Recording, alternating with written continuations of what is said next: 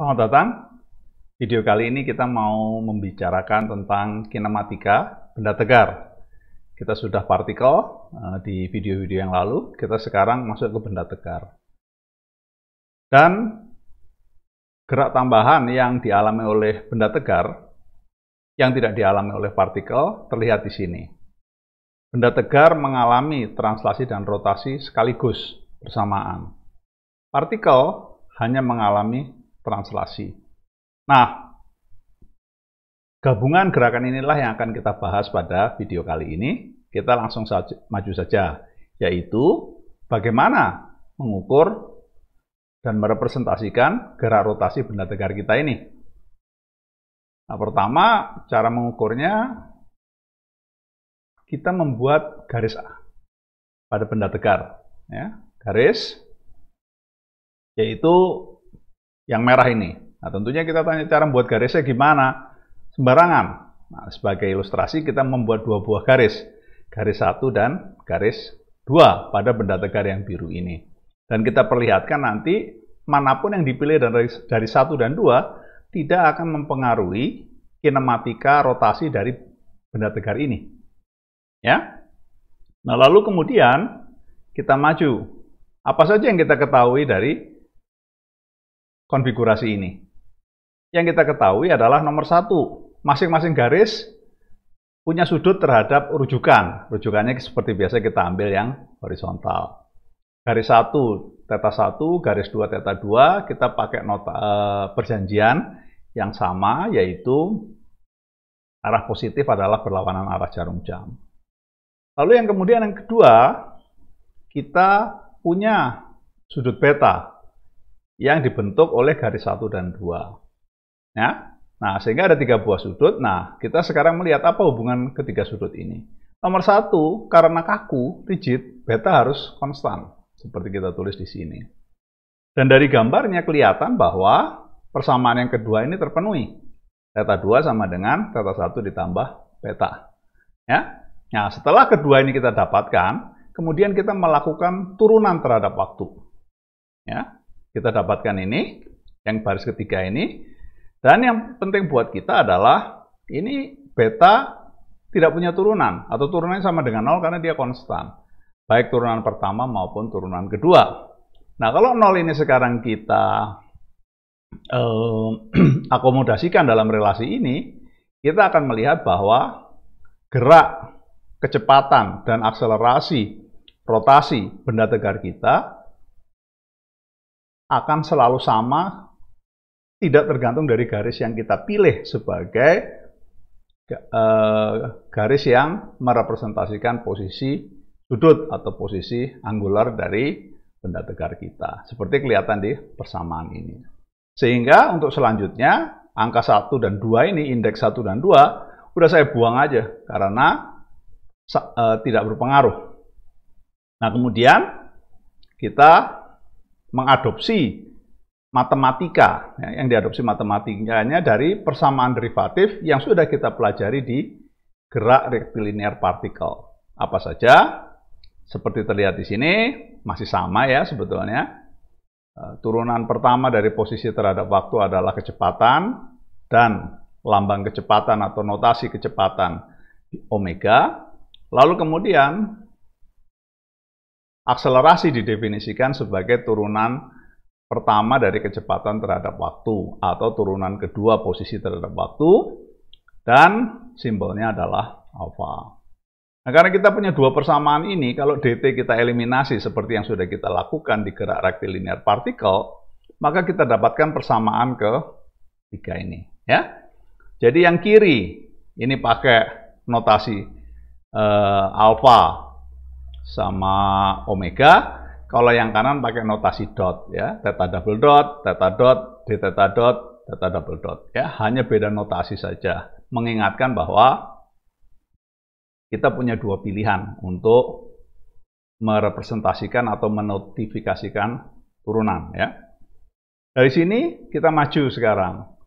Nah, setelah rotasi ini kita tahu dan sangat sederhana, sekarang kita gabung. Nah, udah kita gabung aja untuk benda tegar. Katanya ada translasi dan rotasi. Nah, contohnya mana ini? Jadi yang sebelah kiri adalah benda yang pertama, posisi yang pertama. Kemudian benda ini bergerak sekaligus translasi dan rotasi menjadi posisi yang kedua. Perhatikan indeksnya 1 dan 2. Nah, bagaimana kita memodelkan gerakan ini? Ya, kita modelkan sebagai urutan. Ya, urutannya apa? Pertama translasi dulu. Mana translasinya ini? Jadi ada titik antara di sini yang menjadi tempat dari titik B yang didapatkan ketika hanya melakukan translasi. Jadi pertama translasi, setelah itu kemudian rotasi. Rotasi terhadap titik apa? Ya terhadap titik yang kita sudah tahu posisi akhirnya, yaitu titik A2, sehingga kita dapatkan komponen gerak yang kedua, yaitu rotasi terhadap titik A. Nah, kemudian karena bendanya tegar, maka jarak A dan B, baik B1 aksen maupun B2 maupun B1, harus tetap. Kalau berubah, kita kehilangan sifat kaku atau rigid ini. Nah, sehingga karena sekarang jaraknya tetap, kita bisa merujuk ke section 23, subbab 23, di mana pada saat itu kita melihat bahwa gerakan yang lintasannya berupa lingkaran. Dan seperti kita ketahui, lingkaran adalah tempat kedudukan semua titik yang jaraknya sama terhadap titik pusat lingkaran tersebut. Nah, ini adalah model urutan dari gerak gabungan serentak, translasi, dan rotasi. Walaupun serentak, kita memodelkannya menjadi berurutan. Nah, setelah kita tahu seperti ini, sekarang kita aplikasikan dengan rumus. Karena kita harus bisa ngitungnya. Nah, pertama tentunya kita akan yang umum dulu, 3 dimensi. Ya, 3 dimensi, saya di sini salah ya, ini saya ganti sebentar. Harusnya 23. Nah, ini harusnya 23. Nah, udah. Nah, saya di sini. Jadi babnya 23 kita sudah belajar. Nah, kemudian kita gambar. Gambarnya yang pertama yang sebelah kiri ini kecepatan. Yang sebelah kanan ini kecepatan dan akselerasi. Ya. Nah, rotasi benda tegar dinotasikan dengan vektor secara umum. Vektor ini omega, tadi kita sudah belajar. Nah, magnitude atau besar dari vektor ini dinyatakan dengan skalar, ya. Dan biasanya yang dipakai bisa theta dot, bisa omega. Nah, sekarang kita mulai dengan vektor dulu aja. Karena itu paling sederhana. Jadi kita sudah belajar bahwa vektor kecepatan yang lintasannya berupa busur lingkaran bisa didapatkan dengan melakukan cross product omega cross R. Omeganya apa? Vektor rotasi. R-nya apa? Posisi dari titik yang kita hitung terhadap engsel putarnya, yaitu O, R di sini. Selesai. Lalu apalagi akselerasi? Akselerasi kita menggunakan sistem koordinat polar saja ya, tapi di sini dicampur dengan normal tangensial. Nah, tangensialnya seperti apa? Alfa cross R. Alfanya tadi sudah kita tahu, akselerasi sudut dari benda kita.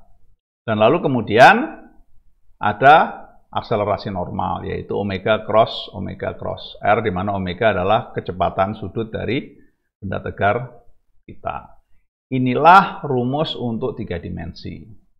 Nah, di dalam bab 5 ini, yang bab mengenai kinematika benda tegar ini, dimensi yang dibahas terbatas hanya 2 dimensi, sehingga kita bisa menyederhanakan rumus vektor ini menjadi rumus skalar. Perhatikan gambarnya, ini normal, ini tangensial, ini kecepatan, dan karena kalau pakai skalar, rumusnya seperti terlihat di sini. Untuk normal, dia mirip dengan akselerasi sentripetal. Ya. Nah, kemudian kita dari sini, kita maju saja ke contoh. Nah, ini adalah sebuah contoh. Ya. Jadi di sini kita ada benda, bentuknya kayak siku seperti ini, lalu benda tersebut diikat pada titik engsel ini, kemudian kita ditanya, berapakah akselerasi dan kecepatan dari titik pada benda tegar kita. Jadi yang biru ini benda tegar ya. Nah, seperti biasa, kalau melakukan analisa kinematika, urutannya harus posisi, kecepatan, akselerasi. Mana? Pertama kita pakai cara vektor dulu aja supaya mudah. Mana posisinya? Nah, sehingga kita harus men-setup sistem koordinat dulu. Ini originnya. Nah, disinilah sebetulnya pengenalannya. X tidak harus horizontal. Carilah X yang paling menguntungkan dari Anda. Ya. Kenapa kok kita sekarang bilang X-nya, kok boleh X-nya horizontal? Kan sudah dibahas tadi. Mau garisnya apa saja, gerak rotasinya tidak dipengaruhi oleh garis yang kita pilih. Sehingga kita men-setup sistem koordinat ya X dan Y yang paling menguntungkan kita seperti ini, sehingga kita bisa merepresentasikan posisi. Arah X-nya 0,4, arah Y-nya 0,3, persis seperti terlihat pada gambar. Nah, lalu kemudian, ini saya sebentar, saya koreksi sedikit mengenai ini. Kayaknya ada yang dikoreksi ini, bisa dikoreksi, ini nih. Nah, ya. Nah, ini kita diminta untuk ekspresi vektor dari kecepatan dan akselerasi. Sudah, kita tinggal pakai saja. Nah, tinggal sekarang masalahnya adalah vektor produknya. Nah, sebetulnya saudara sudah hafal ya, atau sudah pernah belajar. Sekarang kita coba lihat. Nah, ini adalah ulasan ulang ya. Ini cross product itu apa? Cross product adalah operasi dari dua buah vektor, P dan Q, akan menghasilkan vektor yang tegak lurus pada kedua vektor yang kita cross product. Yaitu ini ya. Terus bagaimana cara menghitung vektor ini?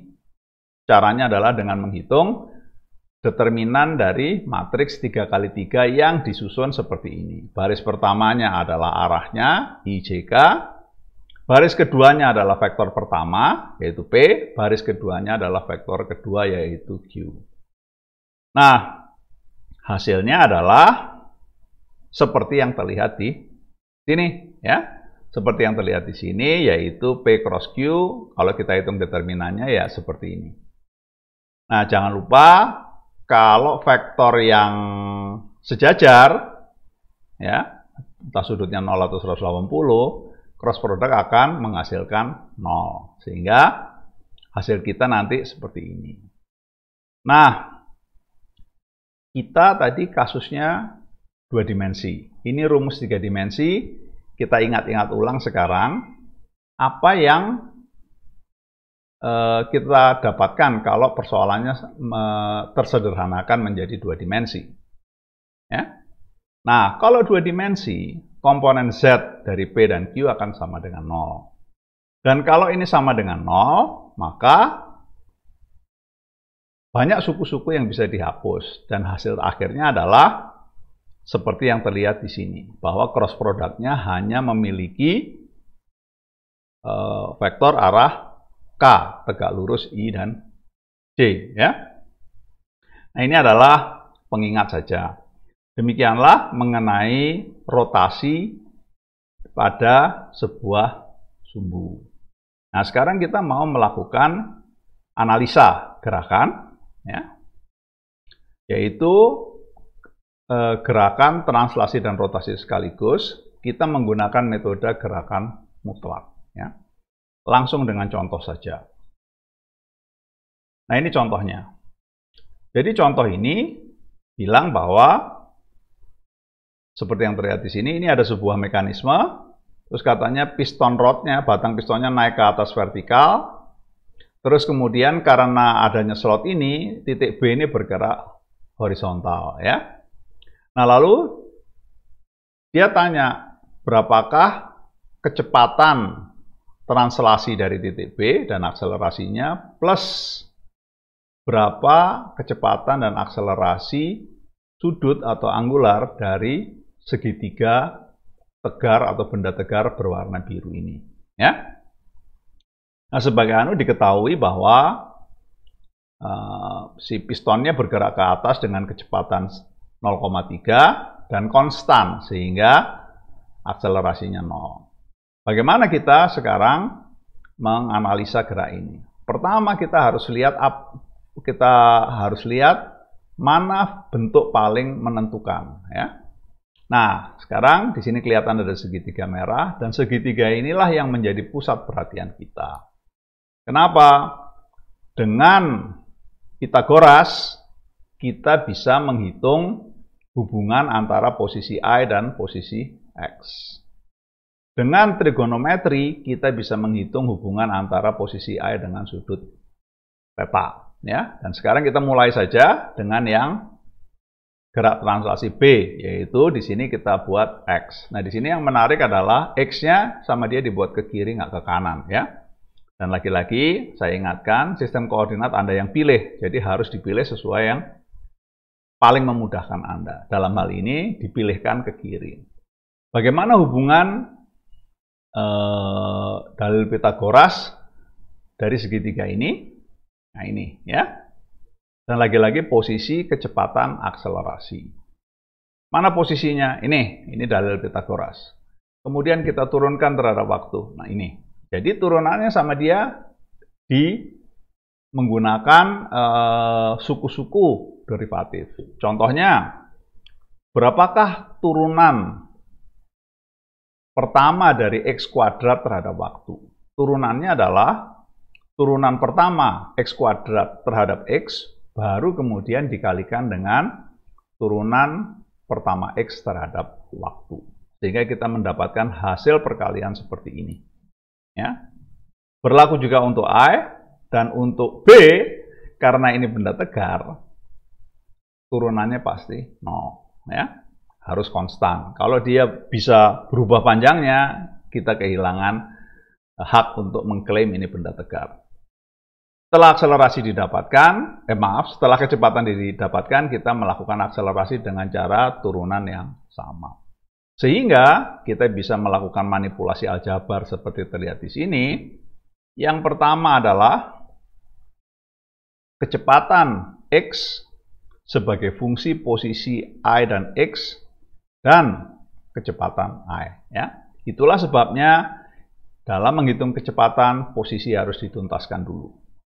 Lalu yang kedua ini adalah akselerasi sebagai fungsi dari posisi dan kecepatan. Ya.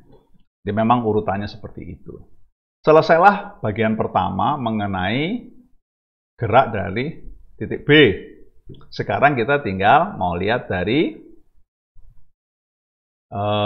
rotasi dari benda tegar kita yang segitiga berwarna biru. Ya. Nah, di sini dia sengaja pakai ditrik, ya, dari garis atau rusuk CB. Anda diminta untuk itu. Tapi Anda sudah tahu dari sebelumnya, karena benda ini tegar, garisnya boleh dipilih mana saja dari benda tersebut. Karena kecepatan dan akselerasi sudutnya akan sama. Sehingga kita bilang, oke, walaupun yang ditanya CB, saya akan tetap pakai AB. Kenapa? Karena kita sudah membuktikan bahwa kecepatan dan akselerasinya dari kedua garis tersebut pasti sama. Ya? Nah, sekarang tinggal kita bangun pakai apa? Pakai trigonometri. Nah, trigonometrinya mana? Posisi I sama dengan B sinus theta. Sederhana, kecepatan dan akselerasi, dan kita menggunakan urutan yang sama. Ya? Nah, kita dapatkan kecepatan dan akselerasi, relasi dari rotasi dan translasi. Sehingga kalau kita atur ulang, kita susun ulang, kita mendapatkan gerak rotasi sebagai fungsi dari gerak vertikal batang piston hidrolik. Ya. Nah, demikianlah contoh yang kedua, sekaligus menutup mengenai analisa gerak dengan menggunakan gerak absolut. Ya. Nah, metode yang lain adalah metode menggunakan gerak relatif. Ya, nah, gerak relatifnya sekarang kita mulai dari kecepatan dulu. Ya, kecepatan aja dulu. Bagaimana? Nah, ini. Jadi ini adalah model di mana sebuah benda tegar mengalami gerak serempak, translasi, dan rotasi. Kita sekarang meninjau titik A dan B, ya, yang menjadi ujung-ujung dari garis yang kita buat untuk mewakili gerak rotasi dari benda tegar kita. Jadi A relatif terhadap B. Nah, sudah. Kemudian kita lihat bagaimana. Tadi modelnya pertama adalah model urutan. Mana translasinya? Nah, ini, yang ini, dan yang ini. Perhatikan keduanya sejajar dan sama panjang. Nah, setelah itu rotasi terhadap titik B aksen ini, ya. Nah, rotasi ini yang kemudian kita bahas. Berarti kalau ini dianggap sebagai engsel, maka yang titik A ini akan bergerak ke aksen. Apa bentuk lintasannya? Karena tegar, maka posisi relatif atau gerak relatifnya pasti membentuk busur lingkaran dengan pusat titik B dan dengan radius jarak dari A ke B, ya. Itu karena bendanya kaku. Nah, kita sudah belajar mengenai gerak relatif, berarti kalau kayak gitu kecepatan absolut A sama dengan superposisi atau resultan dari gerak absolut B dan gerak relatif A terhadap B. Nah, gerak relatif A dan terhadap B sudah kita ketahui bentuknya busur lingkaran, sehingga rumus yang dipakai dengan sangat mudah adalah perkalian silang antara rotasi benda tegar kita dan vektor posisi A terhadap B, ya. Nah, untuk lebih jelasnya kita lihat di sini. Jadi gerak serempak benda tegar merupakan superposisi atau resultan dari translasi dan rotasi terhadap titik B.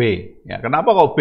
Karena kita menggunakan A terhadap B. Bolehkah saya menggunakan B terhadap A? Boleh, dan hasilnya pasti akan sama. Jadi ini rumus yang sama, cuma gambarnya dibuat berbeda, dan di sini diberikan segitiga kecepatan yang menghubungkan gerak absolut A, gerak absolut B, dan gerak relatif A terhadap B. Setelah tahu konsep ini, kita langsung saja maju ke contoh. Nah, ini contohnya. Diceritakan bahwa ada crank CB ini berotasi. Nah, di sini ada tulisan limited arc. Jadi busurnya terbatas, tidak bisa lingkaran penuh. Nah, itulah yang namanya crank. Ya, bisa berputar tapi nggak bisa berputar lingkaran penuh. Nah, lalu kemudian ada crank lagi OA, oscillate, artinya bolak-balik, ya. Nah, lalu kemudian ditanya ini bagaimana kecepatan dari kesemua benda ini, ya, terutama kecepatan sudutnya pada saat posisinya seperti tergambar. Nah, seperti biasa, posisi kecepatan akselerasi, kita pertama mau pakai vektor dulu, karena itu paling mudah, ya. Mana posisinya? Sudah, kalau mana posisinya, kita ini kan dulu, kita setup dulu sistem koordinatnya. Nah, ini buat O sebagai origin, X-nya ke kanan, Y-nya ke atas seperti biasa. Lalu masing-masing kita kasih, karena ada 3 titik, A, B, dan C, masing-masing kita tulis di sini. Ya. Nah, satuan yang dipakai adalah meter, jadi agak beda ya, di sini 100 jadi 0,1. Nah, selain posisi absolut, kita juga mencatat posisi relatif. B terhadap C sama A terhadap B. Ya. Ini dengan mudah didapatkan dengan menghitung selisih. Nah, setelah kita mendapatkan posisi, kita maju ke kecepatan. Pertama, kita tulis dulu aja. Ya. Berapa kecepatan sudut dari CB, batang CB. Oh, dikasih tahu 2 radian per detik ya. Kita kasih K karena arahnya tegak lurus. Kenapa kok plus? Karena ini berlawanan arah jarum jam. Lalu kemudian berapakah kecepatan sudut crank OA? Karena ini akan kita cari. Ya, besarnya OA ini skalar ya. Terus arahnya K juga. Sehingga kita sekarang bisa menghitung melihat dari sini. Kecepatan absolut A bisa dihitung karena engsel O-nya diam. Kecepatan absolut B juga bisa dihitung karena engsel C-nya diam juga. Ya. Nah, lalu kemudian setelah 2 kecepatan absolut ini kita dapatkan, lalu kemudian kita hitung selisihnya. Ya, ini. Nah, kemudian apa yang kita dapatkan? Kemudian sebuah persamaan ini, persamaan vektor. Nah, persamaan vektor ada dalam arah X dan Y. Apa yang dicari? Nah, nanti dengan mudah saudara bisa melihat bahwa yang dicari adalah gerak rotasi batang AB dan gerak rotasi batang OA, dan dengan mudah akan bisa didapatkan. Nah, inilah metode analisa kecepatan dengan menggunakan analisa vektor. Ya. Nah, selain analisa vektor, ada opsi lain, yaitu analisa grafik atau geometri atau skalar dan menggunakan trigonometri. Apa yang pertama? Ini kita sudah pernah pelajari sebelumnya di bab 2 mengenai gerak relatif. Sehingga dengan seperti ini kita agak mundur sedikit. Karena sekarang saya mau menghitung rumus terakhir ini, saya ingin mendapatkan, maka ini saya gambar ya, VA, VB, VA relatif terhadap B. VA bagaimana? Harus tegak lurus dari OA karena dia berputar terhadap O. Maka garisnya horizontal. Ke kiri atau ke kanan? Anggap aja ke kanan ya. Kalau ke kiri pun nanti Anda dapat negatif dan kembali dapat yang sama. Titik B, tahu dia pasti arahnya vertikal. Kalau kecepatan A terhadap B, pasti tegak lurus posisi relatif A terhadap B. Sehingga kita punya 3 vektor, 1, 2, dan 3. Ya. Untuk vektor ini sendiri, B ini yang kecepatan titik B, kita tahu arahnya, kita tahu besarnya, tinggal kita gambar. 2 vektor yang lain kita tahu arahnya saja, kita tidak tahu besarnya. Ya, kita gambar yang A horizontal, ini kecepatan absolut. Yang A terhadap B, kecepatan relatif. Ya, kita gambar sesuai dengan gambar kita dapatkan segitiga ini. Dan karena kita sudah melakukan analisa posisi, ya, posisi ini sudah kita lakukan sebelumnya, theta bisa kita ketahui, lalu kemudian sudutnya bisa kita dapatkan dengan trigonometri. Ya. Nah, inilah yang akan menghasilkan hasil yang sama persis. Ya. Jadi kita baru saja memperlihatkan atau mempelajari metode kedua, ya. Nah, kemudian dari sini kita mau lihat contoh lain. Contoh lainnya ini sama juga. Di sini yang penting adalah dikatakan bahwa kecepatan titik pusat roda ini bergerak ke kanan, seperti terlihat pada gambar. Terus tidak ada slip. Mana yang tidak ada slip? Nah, ini titik kontak antara roda dengan jalan. Nah, kalau tidak ada slip, maka kecepatan kontaknya ini harus sama dengan 0, karena jalannya diem kok. Jalannya diem, kecepatannya 0, maka kecepatan titik C ikut dengan kecepatan jalan. Nah, kemudian untuk menghitung kecepatan A, kita bisa menggunakan relatif terhadap O atau relatif terhadap C. Ya. Kenapa kok dipresentasikan gini? Karena kecepatan dari titik O dan kecepatan titik C diketahui. Yang O ada gambarnya, dikasih tahu. Yang C juga dikasih tahu 0 karena dia nggak slipping. Nah, ini tentunya bisa Anda pecahkan dengan metode grafis, trigonometri, ataupun metode vektor. Tinggal Anda sendiri yang nanti memilih. Nah, kemudian kita maju sekarang. Dari kecepatan pasti maju ke akselerasi, dan kita akselerasi benda tegar. Ya. Nah, kemudian kita langsung masuk saja. Nah, ini modelnya. Seperti biasa, gerak umum merupakan urutan dari translasi dan rotasi.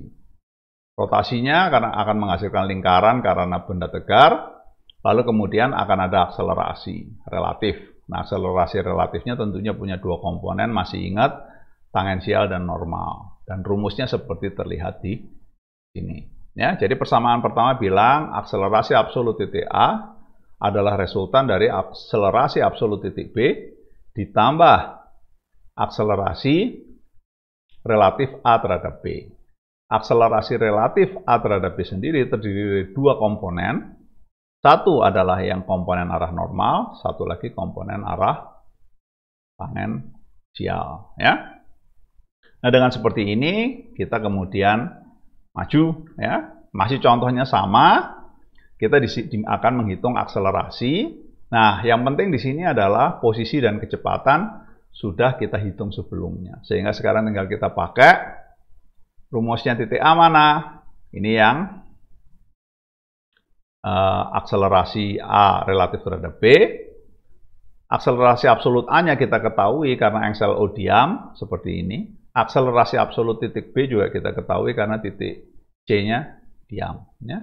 Ini adalah absolute acceleration, ini adalah relative acceleration. Tinggal dihitung karena ini cuma masalah perhitungan vektor. Nah, kemudian kita juga ingin meninjau ulang mengenai roda yang berputar tadi, ya, roda yang menggelinding tanpa slip tadi. Ya. Nah, sekarang pertanyaannya adalah akselerasi titik A dan titik C. Nah, di sini apa yang penting? Yang penting adalah Anda ternyata akselerasi titik C tidak sama dengan 0, karena Anda disuruh ngitung. Ya, nah, kita hitung nanti sebentar. Nah, kemudian yang pertama yang O dulu. Jadi akselerasi titik A,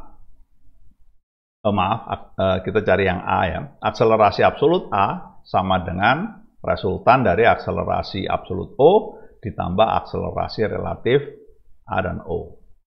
A terhadap O. Sehingga yang A terhadap O-nya, karena kita sudah menghitung posisi dan kecepatan sebelumnya, kita bisa menghitung ini. Ya. Lalu kemudian kita masukkan kesemuanya ke dalam persamaan, kita akan mendapatkan alfa, yaitu akselerasi sudut dari roda kita. Tinggal dimasukkan saja, ya. Anda bisa mencobanya sendiri. Nah, kalau nanti digambar kira-kira seperti apa vektor-vektornya? Seperti ini, ya. Jadi, akselerasi O-nya kemana? Ke kiri, seperti sesuai dengan yang diketahui. Yang A-nya ke kiri atas. Kok bisa ke kiri atas? Karena ada yang arah normal dan ada arah yang tangensial. Ini dapatnya dari mana? Ya dari rumus yang kita lihat sebelumnya. Nah, setelah kita menghitung akselerasi titik A, kita maju ke yang titik kedua, yaitu akselerasi titik C. Ya. Sama dengan yang tadi, tinggal dihitung saja. Ya, tinggal dihitung saja. Nah, nanti Anda akan mendapatkan alfa yang sama. Perhatikan bahwa nanti ini Anda dapatkan, kalau ini kalau nanti Anda dapatkan yang tangensial ini 0. Nah, kemudian yang penting di sini adalah C tidak punya kecepatan 0, tapi dia punya akselerasi. Di mana akselerasinya?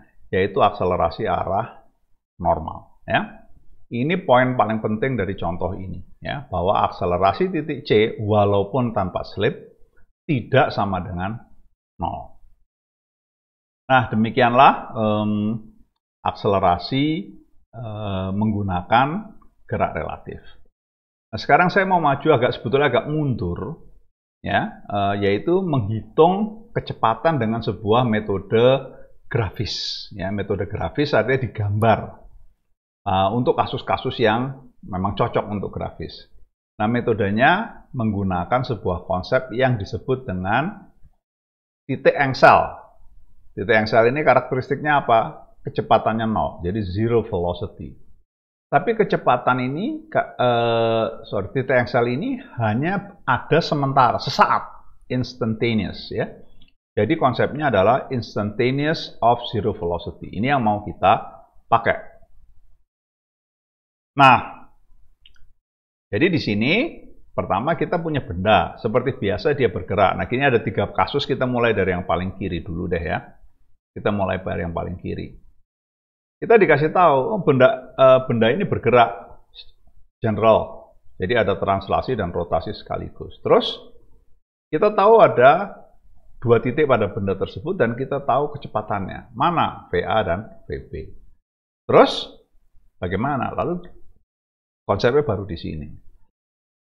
Kalau gitu pada posisi seperti terlihat di sini, tentunya ada sebuah titik tertentu yang berlaku seperti engsel. Apa maksudnya berlaku seperti engsel? Yaitu kecepatan B ya hanya omega cross RB. Kecepatan A hanya omega cross RA. Ada nggak titik ini? Nah, kita menggunakan pengetahuan kita mengenai cross product ini. Kita tahu kalau kayak gitu, pasti VB tegak lurus dengan RB. Kita sudah belajar sebelumnya, kita tahu itu konsekuensi dari cross product. Maka kita gambar saja, udah gambar aja garis yang tegak lurus dari VB. Dengan harapan, ya, pasti ada di situ deh, titik C-nya. Kalau ingin persamaan ini terpenuhi. Ya. Dan lalu kemudian, tapi kita nggak tahu yang mana. Nah, pakai titik yang kedua, yang A, sama. Tarik garis yang tegak lurus kecepatan A. Nah, perpotongannya ini pada saat ini, sesaat ini saja berlaku seperti engsel, di mana kecepatannya dia 0. Nah, ya.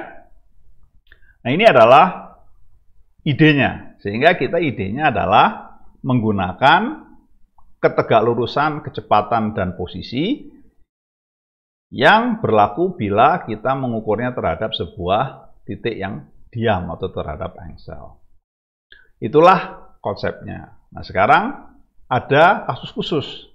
Kalau paralel bagaimana caranya? Karena kalau paralel garisnya sama saja. Nah, kalau paralel garis keduanya dibuat dengan menghubungkan ujung-ujung dari vektor kecepatan kedua titik yang kita ketahui tersebut. Ya, jadi kalau untuk kecepatannya paralel, searah maupun berlawanan arah, maka kita garis keduanya tidak menggunakan prinsip ketegaklurusan, tapi menggunakan kesebandingan kecepatan dan jarak. Inilah opsi lain untuk menghitung kecepatan. Apa yang dihitung biasanya? Yang dihitung biasanya omeganya.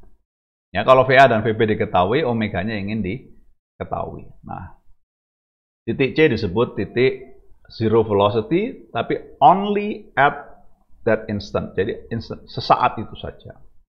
Sekarang kita langsung coba contohnya.